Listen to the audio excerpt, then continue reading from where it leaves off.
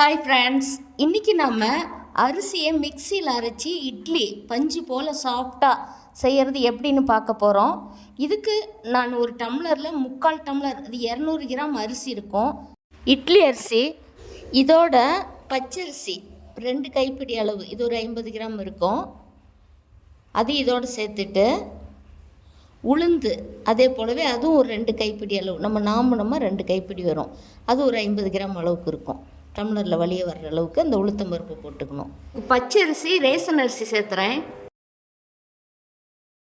இட்லி அரிசிக்கு பதிலாக நீங்கள் ரேஷனில் வாங்குகிற புழுங்கல் அரிசியும் சேர்த்துக்கலாம், அதுவுமே சூப்பராக இட்லி நல்லா வரும். இப்போ இது 2 முறை தண்ணி ஊற்றி கழுவியாச்சு. கழுவிட்டு தண்ணி ஊற்றி வச்சுருக்கு. இது ஒரு 5 மணி நேரம் ஊறின பிறகு பார்க்கலாம்.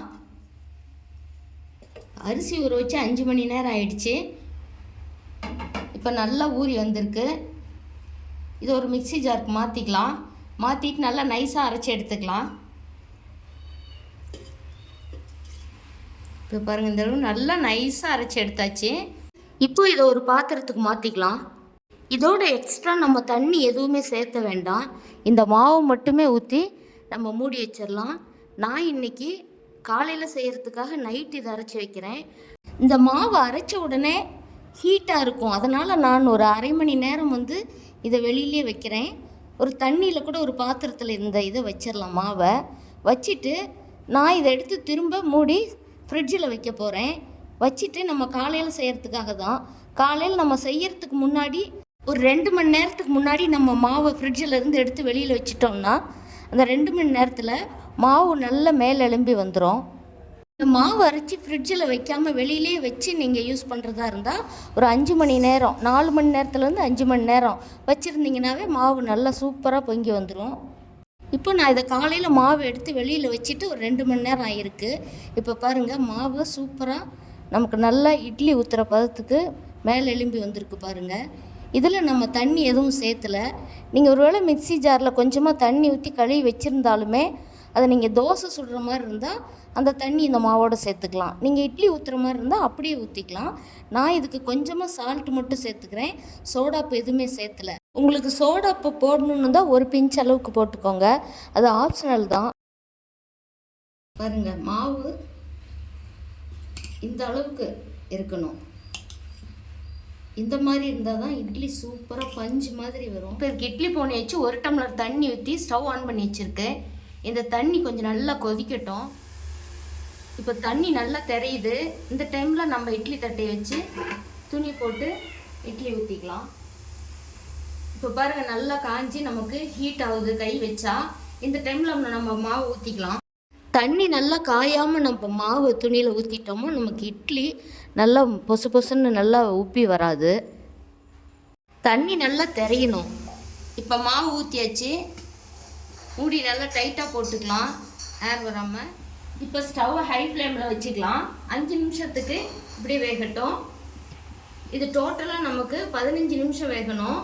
5 நிமிஷம் ஹை ஃப்ளேமில் வச்சுக்கிட்டு அப்புறமா நம்ம லோ ஃப்ளேமில் வச்சுக்கலாம்.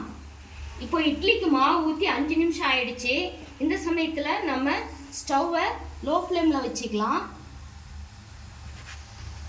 இது ஒரு 10 நிமிஷத்துக்கு இந்த லோ ஃப்ளேம்லேயே வேகட்டும். இட்லிக்கு சைடிஷ்டாக நான் இப்போ பருப்பு சாம்பார் செய்ய போகிறேன். இதுக்கு இந்த பருப்பு பார்த்தீங்கன்னா ரேஷனில் வாங்கின பருப்பு தான், துவரம் பருப்பு. நான் இதுக்கு சேர்த்துறேன். இது சூப்பராக இருக்கும். இது ஒரு 3/4 டம்ளர் குட்டி டம்ளரில் எடுத்திருக்கேன். இதுக்கு ஒரு அரை டம்ளர் அளவுக்கு பாசி பருப்பு எடுத்திருக்கேன். இது 2 முறை தண்ணி ஊற்றி கழுவிட்டு எடுத்துக்கலாம். இப்போ இதை ஒரு கப்பில் கொட்டி தண்ணி ஊற்றி இதை கழுவி எடுத்துக்கலாம். 2 முறை தண்ணி ஊற்றி கழுவிக்கலாம்.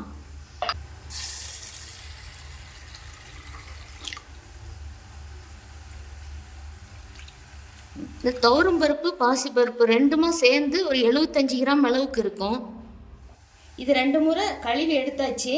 இப்போ தண்ணி ஊற்றி ஒரு 10 நிமிஷம் ஊறட்டும். லோ ஃப்ளேமில் வச்சு 10 நிமிஷம் ஆயிடுச்சு. இட்லி எப்படி இருக்குன்னு பார்த்துக்கலாம். சூப்பராக வந்துருக்குங்க. இதுக்கு நம்ம சோடாப்பு எதுவுமே சேர்த்தலை. பாருங்கள், ஒட்டில் சூப்பராக மலர்ந்து வந்திருக்கு இட்லி. இதுக்கு நான் இட்லி அரிசியோட ரேஷனில் வாங்கின பச்சரிசி தாங்க சேர்த்துருக்கேன். இப்போ இதை இறக்கி வச்சுக்கிட்டு நம்ம இதுக்கு ஒரு சைடிஷ்டாக பருப்பு சாம்பார் செய்ய போகிறோம். அது எப்படி செய்யுதுன்னு பார்க்கலாம் வாங்க. இப்போ சாம்பாருக்காக குக்கர் வச்சு 1 டம்ளர் தண்ணி ஊற்றிக்கலாம்.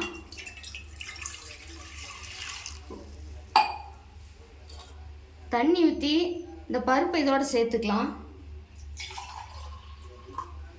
இந்த பருப்பு மொத்தமாக எவ்வளோ இருக்குன்னு பார்த்தீங்கன்னா ஒரு 75 கிராம் இருக்கும். பாசிப்பருப்பும் துவரம்பருப்பும் சேர்த்து பருப்புக்கு 2 பல் பூண்டு போட்டுக்கலாம். கொஞ்சமாக உப்பு, கொஞ்சம் மஞ்சள் தூள் சேர்த்துக்கலாம். சேர்த்துக்கிட்டு இது கொஞ்சமாக விளக்கெண்ணெய் சேர்த்துக்கலாம். பருப்பு நல்லா கொதி வந்து எழுது பாருங்கள். இந்த சமயத்தில் நம்ம மூடி போட்டுக்கலாம்.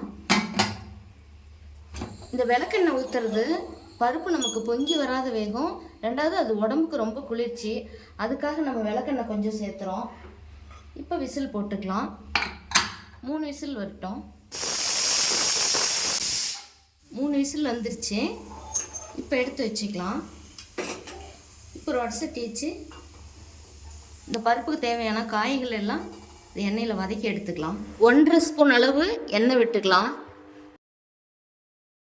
எண்ணெய் காஞ்சிருச்சு. இந்த சமயத்தில் கொஞ்சம் சோம்பு போட்டுக்கலாம். இது மீதி தாளிக்கும் போது கொஞ்சம் போட்டுக்கலாம். கொஞ்சமாக ஜீரகம். இது பொரிஞ்சதும் 1 வரமிளகாய், கொஞ்சம் கருவேப்பிலை இலைகள், ஒரு பெரிய வெங்காயம் மீடியம் சைஸு. இது கொஞ்சம் பெருசாகவே கட் பண்ணிக்கலாம். சாம்பாருக்கு அப்போ தான் நமக்கு நல்லாயிருக்கும். இதோட ஒரு பச்சை மிளகாய் சேர்த்து கலந்துட்டுக்கலாம். இதுக்கு நான் கட்டி பெருங்காயத்தை பொடி பண்ணி கொஞ்சம் சேர்த்துறேன். நல்லா கலந்து விட்டுட்டு கொஞ்சம் பெரிய தக்காளியாகவே 1 எடுத்து நீள்வாக்கில் கட் பண்ணி வச்சுருக்கேன். இது இதோட சேர்த்துக்கலாம். இதை கொஞ்சம் நல்லா கலந்து விட்டுட்டு மீடியம் சைஸ் ஒரு கேரட் கட் பண்ணி வச்சுருக்கோம். இது இதில் சேர்த்துக்கலாம். கொஞ்சமாக பீன்ஸு, உருளைக்கிழங்கு, ஒரு உருளைக்கிழங்கு கொஞ்சம் பெரிய ஸ்லைஸாகவே கட் பண்ணியிருக்கோம். குடமிளகா 1, இதையும் இதில் சேர்த்துக்கலாம். சேர்த்துட்டு இதை நல்லா கலந்து விட்டுக்கலாம். இது நல்லா கலந்து விட்டுட்டு இது கொஞ்சமாக மஞ்சள் தூள் சேர்த்துக்கலாம். நம்ம ஏற்கனவே பருப்பில் சேர்த்துருக்கோம். இதுக்கு கொஞ்சம் சேர்த்துட்டு நம்ம ஏற்கனவே வரமிளகாய், பச்சை மிளகாய் 1 சேர்த்துருக்கோம். சாம்பார் பொடி ஒரு 3/4 ஸ்பூன் சேர்த்துக்கலாம். உப்பு நம்ம பருப்பில் போட்டிருக்கோம். அதனால் இந்த காய் வேகிறதுக்கு மட்டும் இதுக்கு மட்டும் போதுமான அளவு உப்பு போட்டுக்கலாம். கல் உப்பு இதெல்லாம் போட்டு ஒரு 2 நிமிஷம் இந்த காயெல்லாம் வதங்கட்டும். காய் 2 நிமிஷம் வதங்கிடுச்சு. இப்போ நம்ம வேக வச்சிருக்கிற பருப்பை எடுத்து பார்த்துக்கலாம்.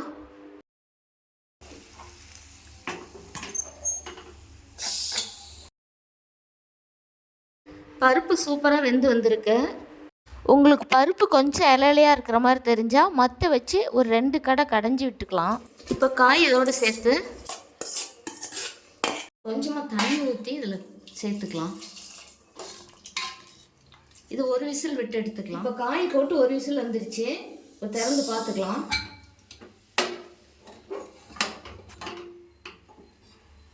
சூப்பராக குழம்பு ரெடி ஆகிடுச்சு. இதுக்கு ஒரு தாளிப்பு கொடுத்துக்கலாம். வடசட்டி அடுப்பில் வச்சு 1 ஸ்பூன் எண்ணெய் விட்டு எண்ணெய் காஞ்சதும் கடுகு உளுந்து சேர்த்துக்கலாம். கடுகு உளுந்து பொரியும் போதே கொஞ்சமாக எடுத்து வச்ச சோம்பு, சீரகத்தை இதோடு சேர்த்துக்கலாம். இதோட ஒரு வரமிளகாய், ஒரு பச்சை மிளகாய், கருவேப்பிலை இலைகள் போட்டுக்கலாம். குழம்பு இதில் சேர்த்துக்கலாம். இப்போ கொஞ்சமாக தண்ணி ஊற்றி குக்கரில் இதோட சேர்த்துக்கலாம்.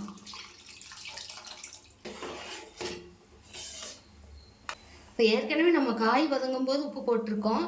இப்போ குழம்புக்கு பத்தலைன்னா கொஞ்சம் சேர்த்துக்கலாம். நான் கொஞ்சமாக போடுறேன்.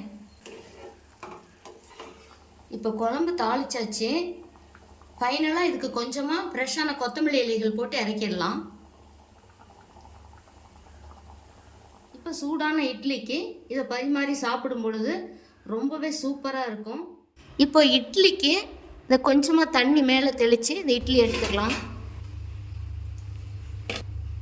பாருங்கள், துணியில் ஒட்டாமல் சூப்பராக வருது. இதே போலவே நான் சொன்ன அளவுகளோடு நீங்கள் அரிசி, உளுந்து இதெல்லாம் சேர்த்து ஊற வச்சு அரைச்சி இந்த மாதிரி இட்லி செஞ்சு பாருங்கள். செஞ்சு பார்த்துட்டு உங்களுடைய கருத்துக்களை கமெண்ட் பாக்ஸில் சொல்லுங்கள்.